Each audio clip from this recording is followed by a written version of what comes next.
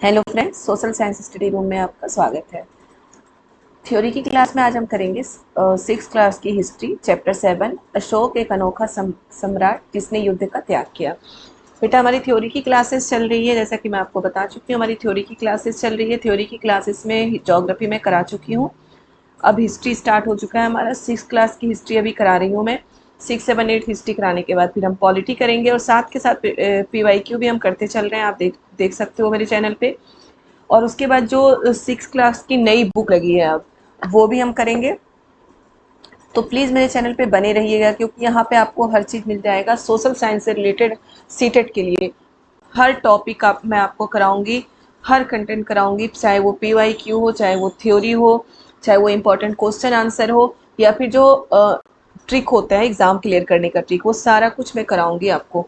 तो प्लीज़ आप चैनल पे बने रहिएगा। जिन्होंने अभी तक चैनल को सब्सक्राइब नहीं किया वो चैनल को सब्सक्राइब ज़रूर कर दें, वीडियो को लाइक करें और ज़्यादा से ज़्यादा वीडियो को शेयर करें। ओके, और कमेंट भी ज़रूर करें। कमेंट में आप अपनी प्रॉब्लम पूछ सकते हैं, कुछ भी हो कमेंट ज़रूर करें। अगर वीडियो अच्छा लगा हो तो भी कमेंट करें, प्लीज़ कमेंट ज़रूर करें।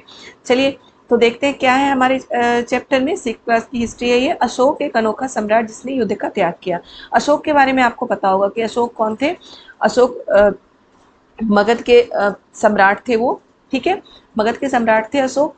और पहले ये मतलब कि इन्होंने युद्ध का त्याग किया था। क्यों किया था युद्ध का त्याग, किस तरीके से, उसके बाद इसने कौन सा धर्म अपनाया था, ये सारे हम इस चैप्टर में देखेंगे। ओके, अशोक के बारे में ये है, बहुत सारी चीज़ें इसमें है बेटा। चाणक्य के बारे में, अशोक के बारे में, अशोक के पिता कौन थे, अशोक के दादा कौन थे, ये सारी चीज़ें हम इस चैप्टर में देखेंगे। यहाँ से क्वेश्चन बनता है मौर्य साम्राज्य इस उस युग के प्रमुख और नगर, और कि कहाँ से अशोक मौर्य साम्राज्य में जो मतलब कि जो उनकी 3 प्रमुख नगर थे जहां से वो पूरे मौर्य साम्राज्य की देखभाल करते थे, कौन कौन से था। तक्षशिला, उज्जैन और पाटलिपुत्र कौन से दिशा में है, कई बार आ जाता है कि उत्तर पश्चिम। ठीक है, उत्तर पश्चिम में मौर्य साम्राज्य का जो केंद्र था कौन सा था, तो तक्षशिला। मिडिल में कौन था, उज्जैन। पूरब में कौन था, पाटलिपुत्र। तो ये सारे क्वेश्चन यहाँ से आते हैं, ठीक है, कि राजकुमार को कहाँ पे भेजा जाता था गवर्नर बना के। तो ऐसे क्वेश्चन आते रहते हैं इसमें से, और मौर्य साम्राज्य से क्वेश्चन जरूर आता है। तो ये सारे अभी हम वीडियो में डिटेल से पढ़ेंगे। देखिए ये सारी चीज़ें इसमें हैं और ये सारे हम डिटेल से पढ़ेंगे। तो प्लीज़ वीडियो स्टार्ट करने से पहले सबसे पहले सब्सक्राइब का बटन ज़रूर दबा दें और लाइक ज़रूर कर दें। ओके बच्चों, चलिए तो वीडियो हम स्टार्ट करते हैं। एक बहुत बड़ा राज्य, एक साम्राज्य। राज्य क्या होता है, साम्राज्य क्या होता है, पहले हम ये देखते हैं। राज्य क्या होता है, राज्य तो अ, एक राजा और उसका जो राज्य होता है उसे हम राज्य कहते हैं। साम्राज्य का मतलब होता है जो बहुत बड़ा राज्य होता है। जो बहुत बड़ा राज्य होता है उसे साम्राज्य कहा गया है। सबसे पहले एक बार सीटेट में ये भी आ चुका है कि ये शेरों वाला स्तंभ शीर्ष ये कहाँ स्थापित है। तो ये शेरों वाला स्तंभ शीर्ष कहाँ स्थापित है, सारनाथ में एक विशाल स्तंभ पर स्थापित किया गया है इसे। ये क्या है, हम जिन शेरों के चित्र रुपयों पैसों पर देखते हैं उनका एक लंबा इतिहास है। उन्हें पत्थरों को काट कर बनाया गया है और उन्हें सारनाथ में एक विशाल स्तंभ पर स्थापित किया गया है। सीटेट में बेटा ये चित्र देकर, ये फोटो देकर ये पूछा गया था कि ये शेरों वाला स्तंभ शीर्ष कहाँ स्थापित है, तो ये सारनाथ में स्थापित है। याद रखिएगा। इसे बनाने वाले कौन थे, इसे बनवाने वाले अशोक थे। अशोक जिस साम्राज्य पर शासन करते थे, ये देखिए है ना, यहाँ पे अशोक के निर्देश पर इसके जैसे कई स्तंभ और पत्थरों का पर अभिलेखों को तीर्ण किया गया। तो इसे बनाने वाले हमारे अशोक थे, जो एक महान सम्राट बोला गया है अशोक को। ठीक है, देखिए अशोक जिस साम्राज्य पर शासन करते थे उसकी स्थापना दादा चंद्रगुप्त मौर्य ने लगभग 2300 साल पहले की थी। अशोक के दादा चंद्रगुप्त मौर्य थे और चंद्रगुप्त मौर्य के पुत्र थे बिंदुसार और बिंदुसार के पुत्र थे अशोक। ये 3 आपको याद रखना है कि अशोक के पिता थे बिंदुसार, बिंदुसार के पिता थे चंद्रगुप्त मौर्य। चंद्रगुप्त मौर्य के बारे में भी हम पढ़ चुके हैं अच्छे से, मतलब पढ़ना है हमें, और अशोक के बारे में भी पढ़ना है। तो ये हमें याद रखना है कि अशोक के दादा कौन थे, चंद्रगुप्त मौर्य। अशोक के पिता कौन थे, बिंदुसार। और अशोक के गुरु कौन थे, चाणक्य। ठीक है, अशोक के गुरु कौन थे, चाणक्य। ये चीजें हमें याद रखनी है। चाणक्य या कौटिल्य, चाणक्य को ही क्या बोला गया है, कौटिल्य भी बोला गया है। चाणक्य का दो नाम थे उनके, कौटिल्य। इनके नाम से एक एक बुद्धिमान व्यक्ति ने चंद्रगुप्त की सहायता की थी। जो चाणक्य थे वो चंद्रगुप्त के भी गुरु थे और अशोक के भी गुरु थे चाणक्य। चाणक्य के कई विचार हमें अर्थशास्त्र नाम की किताब में मिलती है। देखिए कई क्वेश्चन बन गए। चंद्रगुप्त गुरु, अशोक के दादा कौन थे, चंद्रगुप्त मौर्य। चंद्रगुप्त। अशोक के पिता कौन थे? बिंदुसार।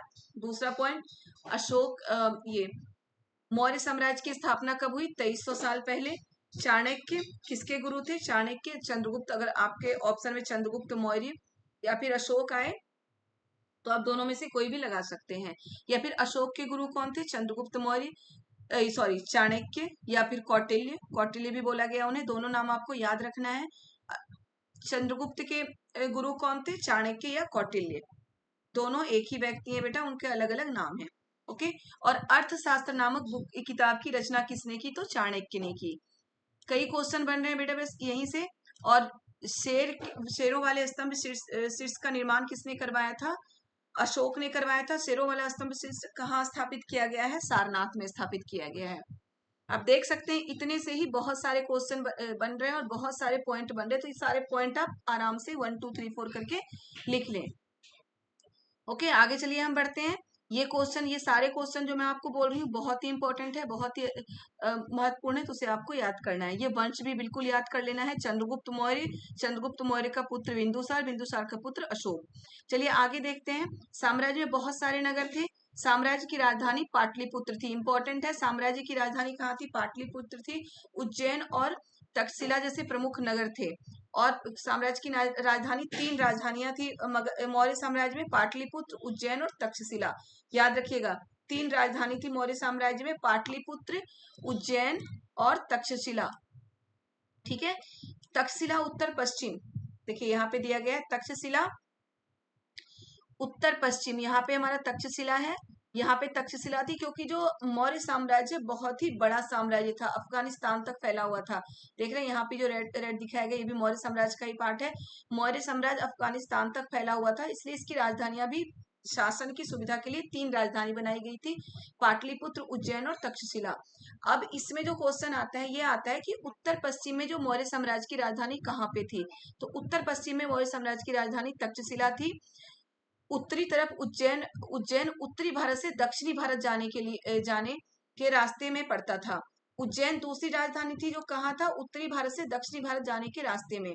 और तीसरी राजधानी पाटलिपुत्र थी जो उत्तरी भारत में था, सॉरी पूर्वी भारत में था, जो बिहार में है पाटलिपुत्र, जिसे अब पटना कहते हैं।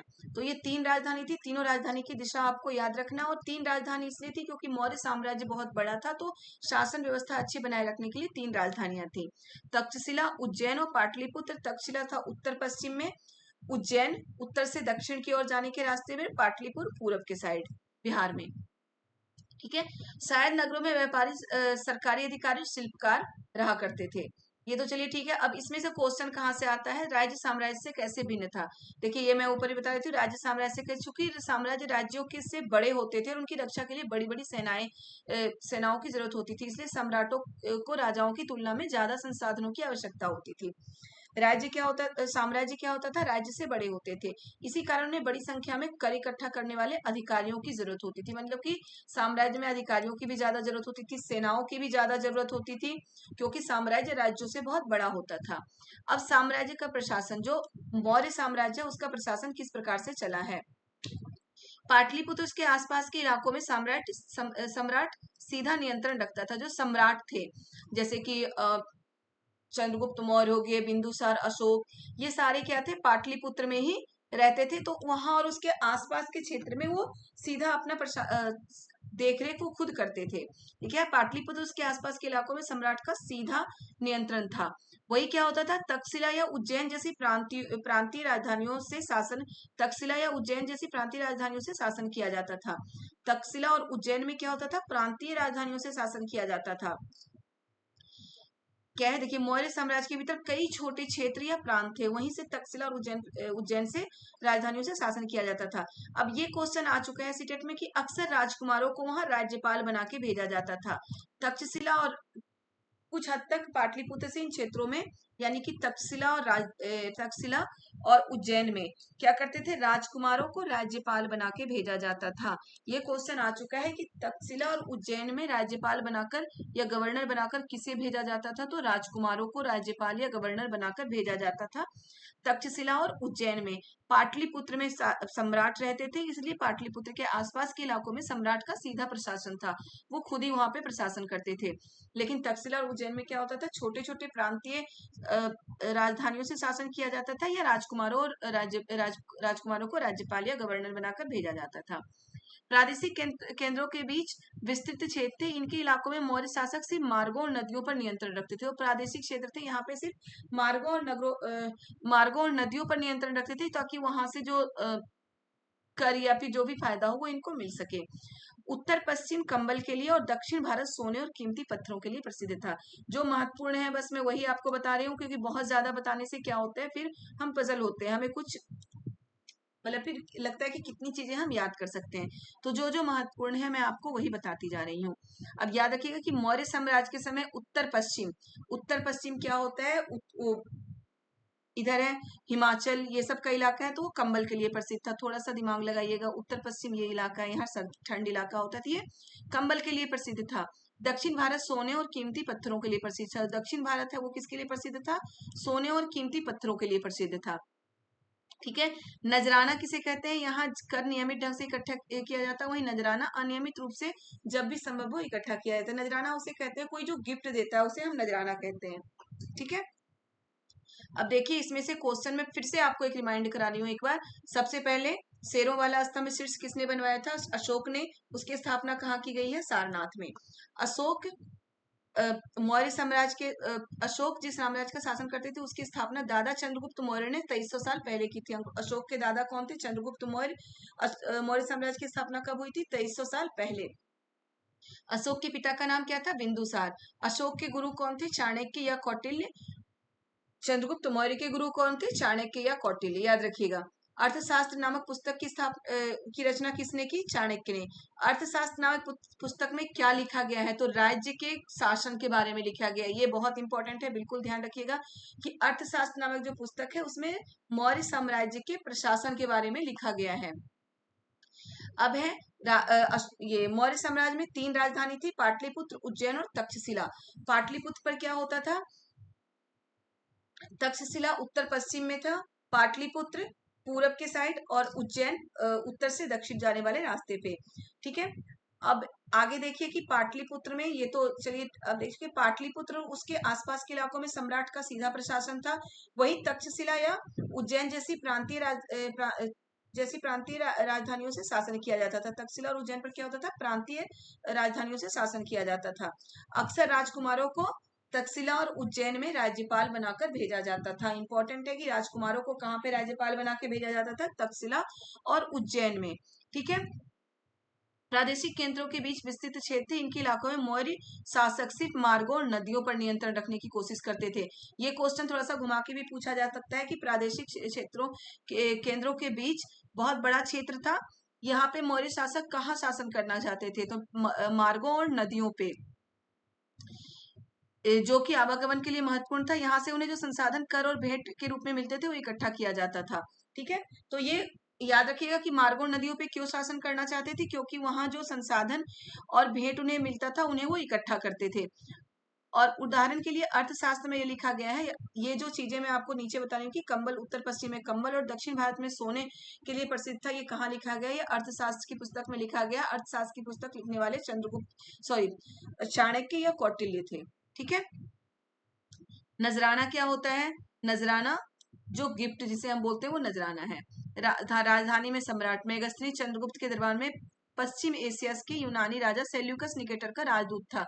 याद रखना है कि मेगस्थनीज, ये ऐसा क्वेश्चन आता है कि मेगस्थनीज किसके शासनकाल में भारत आया था, चंद्रगुप्त के शासनकाल में भारत आया था। मेगस्थनीज किसका राजदूत था, ये यूनानी राजा सेल्यूकस निकेटर का राजदूत था।